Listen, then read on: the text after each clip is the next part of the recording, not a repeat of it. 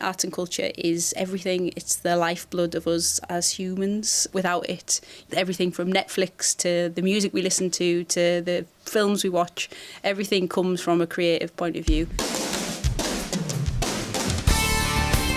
Hi, I'm Jess Hunt and I'm the director of MORE NOWT, the arts programme in County Durham, formerly known as East Durham Creates. MORE NOWT, what's that about then? So we're a Creative People and Places programme. We're funded by Arts Council England, basically to get people more involved in shaping arts and culture in County Durham. For the last 6 months, we kept the name very secret from everyone. So now that it's out there, it's just really about gathering more and more people across County Durham to think, okay, well, yeah, I feel like now it happens around here, so how can I get involved? How can I get to work with these people who are clearly a bit weird and arty and off the wall, but who are totally brave and want to bring people together and bring a bit of joy into people's lives. So I'm just excited to see where the journey takes us next.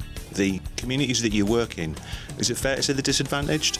Definitely. So we have the most left behind neighbourhoods in England, and of the 16 that are in County Durham, 8 of them, so half, are in East Durham. So what we wanted to do when we looked at working across County Durham was look at other left behind neighbourhoods that we could support and get them more connected to creativity, culture and art. Do you think it's important in an area that, we've mentioned that you work within disadvantaged areas where people are using food banks, they're struggling to pay for things. Is it really important to have an arts focus? What does arts give to the community? Arts and culture is everything. It's the lifeblood of us as humans. Without it, everything from Netflix to the music we listen to the films we watch, everything comes from a creative point of view.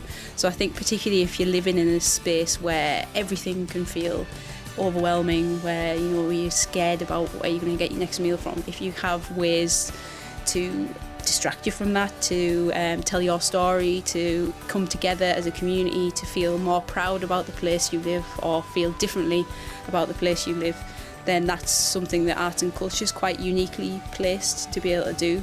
It's even more important in a place like County Durham that we have arts and cultural opportunities that people can get to, that don't cost them lots of money, that they get fed at, they get warm, they get to meet other people, they don't feel as isolated. It's really important that programmes like ours exist so that they have the opportunities that other people might not. We're all about the people of our place deciding what matters to them, what culture they want to experience, what art they want to see happen in their place. So we had a project 5 years next year called If These Walls Could Talk, which worked with artists Sally and Nicola to work with older adults to transform some bus stops in Horton, which sounds like a really random, odd thing to do, but they did it overnight in secret and it really surprised all the commuters, all the people going for their bus on the morning. So Sally and Nicola turned them into rooms in people's houses. So there was a singer singing in a working's men club. There was some people sitting having breakfast in a colliery kitchen. And it was all about those older adults that were part of the workshops, part of creating all the bits and pieces that went into those rooms. Being able to tell their stories, because we are a place that we were miners, we had proud heritage, but once all the pits closed, a lot of our community lost their identity and really struggled to find their place in the world. So it's all about giving those people agency, giving them the opportunity to tell their stories and feel like their stories matter.